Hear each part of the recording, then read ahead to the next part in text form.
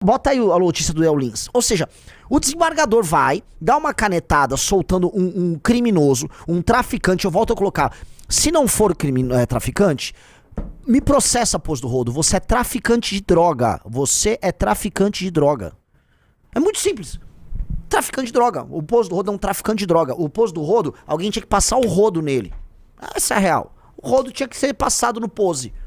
Tá? O traficante de droga foi liberado pelo desembargador Peterson com um discurso, né, pseudo-humanista, enquanto que um humorista, olha isso aqui, justiça condena comediante a 8 anos de reclusão por show de intolerâncias contra minorias. Então ele vai ter que pagar, ele foi condenado a 8 anos de prisão, né, por um show de tolerância e ainda indenizar, sei lá, alguém, não sei quem, em 303 mil reais por gravação no YouTube. Por show de intolerância. Então, se você fez uma piada com gordo, se ofendeu uma mulher, se uma piada que brinca com estereótipos tá né, ofendendo a dignidade coletiva das minorias brasileiras, tu vai preso. Agora, se você faz apologia pro Comando Vermelho, divulga o Comando Vermelho, trabalha com o Comando Vermelho, você é solto. E ainda o cara ainda te chama assim, não, porque veja só, nada, vai tomar no cu esse país é tudo invertido. Só que eu não quero ficar aqui com a revolta do tiozão. Vem o ódio, a gente respira, não vamos pegar a revolta do tiozão. Tipo, olha a hipocrisia do sistema. Não, cara. Que bom que o sistema tá assim. Que bom que é assim. Porque isso vai te radicalizar. É importante que no mesmo dia, veja só a poesia nisso tudo. No mesmo dia em que esse desembargador manda soltar o Poço do Rodo, a justiça manda prender um humorista. No mesmo dia, ao mesmo tempo. É como se essas mensagens tivessem sido combinadas. É como se isso tudo fizesse parte de um discurso comum, de uma construção comum. Gente, isso aqui parece um sinal. O desembargador, né, manda esse despacho. E é muito louco, porque assim, nem todo estudante de direito, mas sempre estudante de direito. Eu gravei um vídeo ontem à noite, isso tá até indo muito bem lá no Instagram. Sim. Eu gravei um vídeo explicando, né, o absurdo da decisão do desembargador. E aí veio o famoso estudante de direito. Mas Renan, o procedimento, a algema. Vocês, estudantes de direito, né? Numa luta pra fingir que são inteligentinhos, se apegando a rigor formalista que não tem praticamente nada na justiça brasileira. Um rigor formal pra soar inteligentinho, vocês perdem completamente o senso de justiça. Completamente. Não há justiça na cabeça do operador do direito brasileiro. Há vaidade. Tanto que não há nada mais nojentamente vaidoso do que um operador do direito. Acham que são Deus. São porra nenhuma. Não à toa, todo o direito brasileiro é uma gigantesca piada. É um macarrão completamente desordenado. É um direito que não faz nada que funcione. É um direito feito pra ser bizarro. É um direito da procrastinação. É o direito da injustiça. Tá? É bizarro. É bizarro. E é muito louco ver, né, o estudante de direito lá, ou o pequeno operador de direito. Veja só, tem uma opinião aqui. Vai tomar no cu. Vocês perderam completamente o senso da proporção e o senso de justiça. Tanto que não há nada mais cínico do que um advogado. Todo mundo sabe. Não há nada mais cínico do que um advogado. Porque eles vão embarcando no cinismo e a coisa vai embora. Nunca tome decisões de vida, eu falo agora pra vocês de coração, tá? Baseado em advogados. Nunca tome decisões de vida baseadas em advogados. Apenas na hora de se proteger. Agora, o advogado te traz um cinismo, tá? E o advogado te traz uma espécie de um senso de vale tudo que te tira do prumo. Te tira do prumo. E não tô falando que todo advogado é assim. Eu tô falando que o pensamento jurídico brasileiro te leva a isso. O pensamento do advogado brasileiro te leva a isso. Não à toa nós somos uma nação que mais forma advogados no mundo, né? Formamos advogados sem parar, é uma máquina formadora de advogados. E é um país que não aplica justiça. Então tem algo de muito louco nisso. Nós temos mais operadores do direito do que qualquer nação do mundo. Dito isso, nós não conseguimos aplicar o direito e a injustiça é a base da nossa sociedade. Explica muita coisa, né? A doença brasileira, portanto, ela fica escancarada nisso. E veja só, agradeça todos os dias a Amanda Vettorazzo por entrar com o projeto de lei anti-Uruan, com o PL anti-Uruan, porque tá escancarado. Tá escancarado. E é o PL anti-Uruan, e eu não consigo desassociar uma coisa da outra, porque Foi isso que tornou o sistema nacional, foi isso que motiva investigações, tá? É o PL anti-Uruan que abriu a possibilidade da gente ver essa loucura. O tá dominado, tá tudo dominado. Vocês viram, né? O movimento negro... Primeira coisa, o movimento negro é apenas um aparato pró-bandidagem. Fazem um uso instrumental de temas raciais para defender bandidagem, e no fundo, ao defender bandidagem, eles estão defendendo o que é na prática o interesse político por trás de tudo isso. Teses marxistas de opressor versus oprimido, o bandido como uma espécie de agente redentor que vem das camadas mais baixas da sociedade e enfrenta um Estado que é construído para oprimir e tal. O bandido é visto como esse herói redentor. Tanto que boa parte do cinema, né, boa parte da mitologia criada ao redor do bandido no Rio de Janeiro é criado com base nisso. A construção do bandido como um herói libertador, tá? Muito dinheiro é posto nisso. Então o movimento negro é isso. Boa parte da intelectualidade brasileira é isso. Boa parte do direito brasileiro é isso. Vamos lá, institucionalmente, né? Quantas instâncias do judiciário, setores do Ministério Público não estão tomadas por esse pensamento e gente... às vezes não só o pensamento, gente próxima e ligada às facções. Aqui em São Paulo a gente sabe que tem isso, todo mundo sabe. Todo mundo sabe. Todo mundo sabe que faccionado, às vezes o PCC, o comando do PCC, consegue saber se tem uma investigação em andamento. Porque vem um cara e sopra pra eles, um cara aqui e ali. Pô, até eles aprenderam a lição e botaram os caras deles pra prestar concurso e virar promotor, prestar concurso e virar procurador, prestar concurso e virar delegado. O PCC fez isso, a esquerda fez isso. A direita não vai fazer. A direita bolsonarista. A direita bolsonarista, ela quer ter like e view, porque é o mais rápido. É ali, ó. É na cara. Uai, só vou botar uma camiseta preta. Ai, se prepara que vai. Haja pano preto, hein? Uai, só. Ó o Valadão aí. Ó, que legal. Né? A gente tem que fazer o caminho contrário. Então logo a gente monte o partido político, nós vamos botar o pé na lama, vamos chafurdar em que sentido? Não como nossos haters imaginam. Já que o Brasil tem muita faculdade de Direito, nós vamos montar uma faculdade de Direito. Nós vamos montar uma faculdade de Direito. E nós vamos botar a gente prestando concurso, sim. E vão atrás dos melhores de todos vocês que estão nos assistindo, tá? Pra vocês assistirem às aulas nossas, prestarem a concurso e passar. E lá dentro, vocês vão fazer o oposto que esses caras fazem. É isso, nós vamos montar uma faculdade de Direito e passar os caras bons nossos. É isso, não adianta. É juiz, é promotor, é delegado, é gente no alto funcionalismo. Vai precisar fazer isso. Não tem outro caminho. Vai ter que ser isso.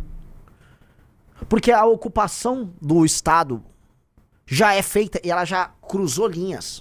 Volto a colocar, a mesma decisão ideológica que soltou o Pose, ela se reflete na decisão ideológica que quer prender o Léo Lins. É o mesmo perfil, é a mesma visão de mundo. São as mesmas cabeças. É a mesma escola de pensamento. Tá ali. Tá tudo lá. É tão óbvio que, vamos dizer, a ocupação dos espaços de poder que a esquerda fez ao longo dos últimos anos, isso traz recompensas, que é apenas nisso que eu quero começar, tá? Vocês percebem como o crescimento dentro da hierarquia do Estado representa uma vantagem comparativa tão colossal, tão monumental, que às vezes a gente é incapaz de sequer avaliar, tá? A gente não consegue avaliar. E por que a gente não consegue fazer a avaliação correta disso? Porque a gente perdeu o referencial. Então a gente acha, por exemplo, que um juiz vai julgar de maneira justa um determinado caso, que um professor vai fazer um laudo assim, assim, assado, que um jornalista ele vai cobrir, vamos dizer, os fatos de maneira idônea. Mas você já deve ter percebido há muito tempo que isso não acontece. E que há um deslocamento entre aqueles que ocupam as posições de responsabilidade na sociedade que você vive. E eu não estou falando de políticos eleitos, tá? Estou falando de concursados e coisas do tipo. E os interesses do Estado e do povo brasileiro de maneira mais aberta. Ou seja, você percebe que você vive numa sociedade doentia quando as pessoas em posições de responsabilidade, não necessariamente eleitas, cuidam de interesses outros que não os interesses do Brasil. Naturalmente, o despacho do desembargador ali é um despacho que soa como um escárnio, cheio de opiniões políticas. Em um determinado momento do despacho, desculpa eu ter que falar do despacho, em um determinado momento do despacho, ele coloca Assim, né, que ele não tem muitas informações sobre o procedimento da Polícia Civil, mas ainda assim ele já consegue vaticinar que foi errado. Que não devia estar algemado, que não deveria ter sido preso daquele jeito. Ou seja, ele tá atacando a forma, né, a exposição que o Pose do Rodo passou. E acha que isso aqui é uma coisa pra, vamos dizer, inviabilizar já a operação. E mais do que isso, acha que isto é um elemento que dá ensejo, inclusive, uma investigação com relação à atuação da Polícia Civil do Rio de Janeiro. É nesse nível. Eu tô falando de coisas desse nível, galera. E isso deveria te assustar, isso deveria te revoltar, isso deveria te radicalizar. Só que antes, né, porque assim, eu tenho que ser muito cuidadoso com as coisas que eu falo, né, Riso? Muito cuidadoso. Antes de você se radicalizar, antes de você despertar seu ódio, eu preciso que você reflita e coloque a cabeça no lugar. E estude e aprenda com seus adversários. Recentemente voltou a viralizar uma iniciativa agora parecida com o Inimigos Públicos. São agora uns bolsonaristas que vão a universidades públicas, foram na USP arrumar briga. E fazendo uma leitura histórica do Inimigos Públicos, do nosso trabalho, inclusive de crítica à ocupação da esquerda nas universidades.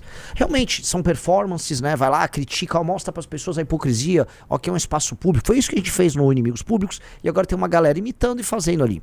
Tô nem fazendo crítica, tô falando do que estão fazendo. Pois bem, na prática, a universidade pública continua cumprindo um papel de formação de uma elite que vai ocupar posições de destaque nas esferas que influenciam a tomada de decisões no Brasil. Ou seja, mas na FEFELESH só sai drogado e maconheiro. Não, na FEFELESH vai sair historiador, professor de sociologia, professor de geografia, vai sair filósofo. Mas vai ser um monte de filósofo merda. Sim, mas vai também sair os melhores filósofos. A escola de filosofia mais importante do Brasil é a FEFELESH. Então, por mais que vai sair muita porcaria, vai sair muita coisa boa também na FEFELESH. Então, sim, os filósofos mais importantes, críticos literários, para bem ou para mal, tá? Professores de toda sorte, outros professores universitários, eles vão sair de lá.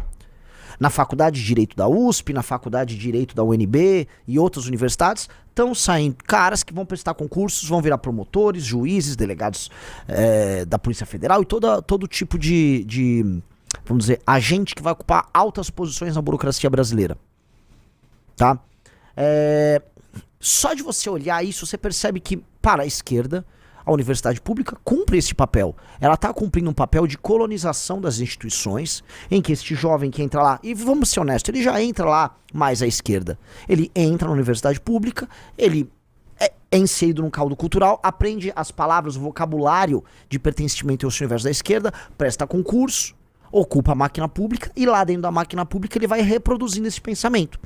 E é um pensamento que sequer passa pelo legislativo e sequer acompanha o espírito do nosso tempo.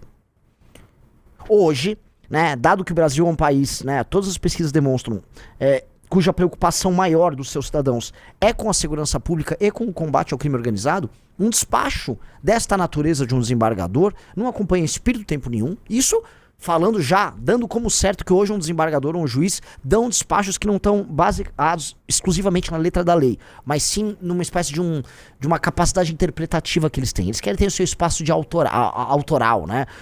Os desembargadores e juízes querem ser como compositores, né? Eles querem ter um espaço para inovação. Então, dado que eu tô dando de graça isso, que é um absurdo, mas tô dando de graça isso, a gente já pode entender o tamanho da pica. Então, nós, ao olharmos para esse problema, nós já vemos assim, né, o espaço de inovação, o cara colocando essa linguagem, essa visão política específica dele, e eu vejo que toda a máquina de reprodução desse pensamento de esquerda tá funcionando muito bem. Então, do que adianta a gente denunciar a hipocrisia deles? A hipocrisia não tá fazendo diferença nenhuma. Aí o MBL tem que fazer, vamos dizer, uma resposta crítica ao seu próprio papel. A gente já denunciou muito, desde 2015, 16, 17, denunciando, debatendo. Sabe o que alterou nisso? Nada. O governador Tarcísio aqui do estado de São Paulo botou um cara na Unicamp, que é o reitor da Unicamp, que defende cota trans na Unicamp. O conservador Tarcísio botou o cara da cota trans na Unicamp. O reitor da Unicamp, cagou pro Tarcísio. Então logo, foi nomeado, deu a canetada, cota trans. É isso. A direita nem entra nesse jogo.